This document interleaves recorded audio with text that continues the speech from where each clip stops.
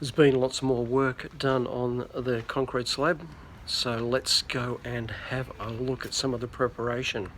Well, you can see some of the formwork is going in for the slab. Packing sand is down. A couple more pads are still to be done, but I would imagine in a couple of days this will be all ready.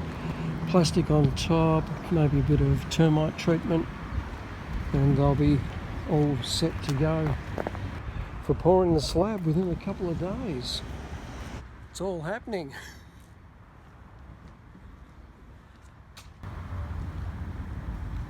Slab preparation is definitely taking place, and formwork is in, getting in.